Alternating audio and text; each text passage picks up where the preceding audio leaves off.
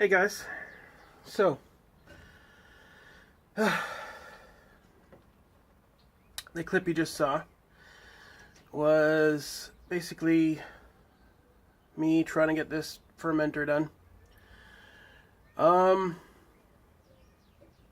Still a little sick. If you saw my video, well, if you saw what I posted last week, you'll know that I've been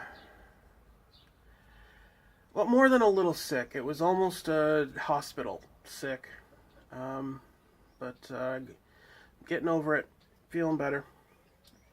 But you can still hear it in my nose.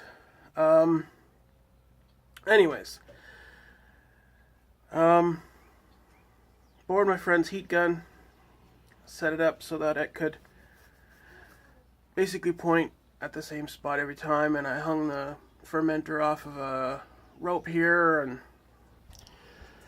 this is what I ended up with. Now I know it looks a little funny, but that's basically what I wanted.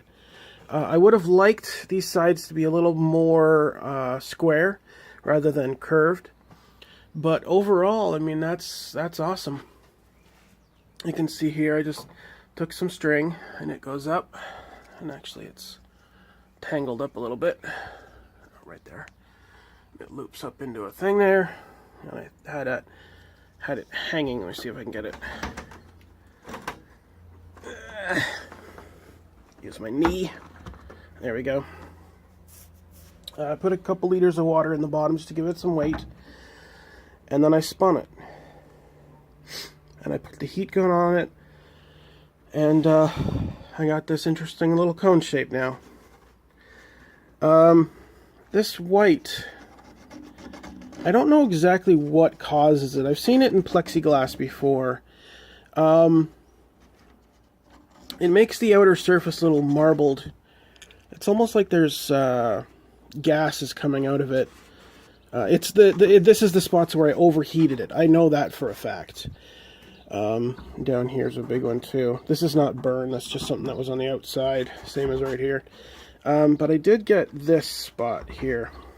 That's actually a hole. I didn't realize that these things on the edges here are actually seams. They're welded seams, plastic welded seams. And when I heated it up and stretched it, it just... But that is not a problem, because I'm going to be putting something right about there. I originally planned to put it around here, but that'll work out just as well. And just for comparison, I went and got another bottle that I had. Let me pop this off.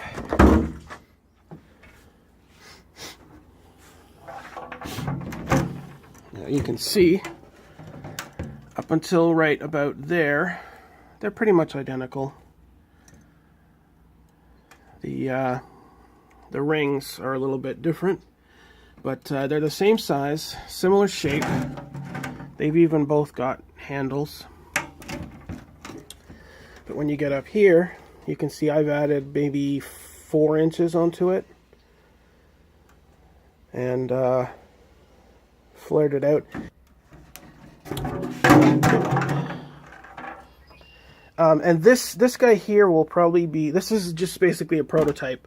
I'm just doing the steps one at a time to see if each step will work before I turn it into an actual conical fermenter. And then this other one, this one here, will be probably, assuming everything works okay, I'll make another one that'll be a finished product. But so far, step 1 worked out quite well. I'm going to take and make this hole just a little bit bigger, and then I'm going to seal this up, and we'll put some fermentables in it and see how it works. But till next week. Oh, I should talk about my procedure. What I did you saw it was hanging, and you saw it had the heat gun positioned at it. And I had that like that for quite a while. And it was stretching a little bit, but really not quite as much as I'd liked. So I ended up using the gun handheld, and I pointed it right at the fermenter as it was spinning.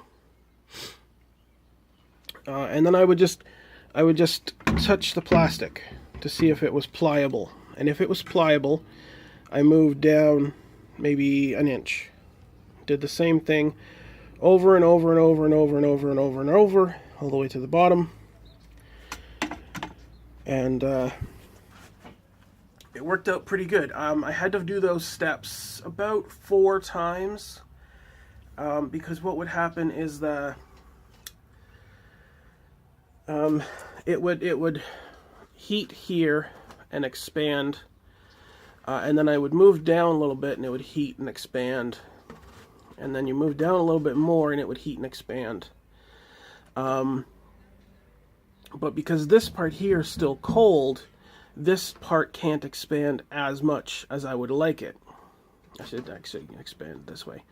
But so I went down all the way and came back up and went down all the way 3 or 4, maybe 5 times. I can't remember exactly how many.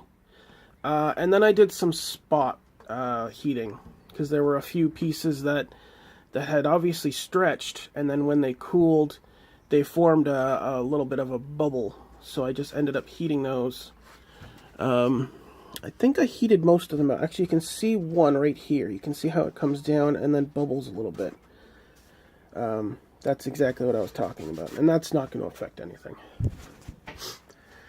But with that, oh, one more thing. If you're going to try this yourself, I noticed I had issues. What I did, I put a washer on the end of this. I should have taken and just cut all this crap out of here to begin with. Because what was happening was, because this is offset to one side just a little, you can see that this side is more tapered, and then this side is a sharper. And what it was doing was, because it was offset, it was actually pulling this over to the side and stretching one side more than the other.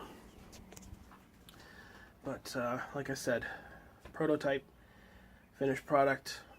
Hopefully I'll have all the bugs out. And you guys have yourselves a good day.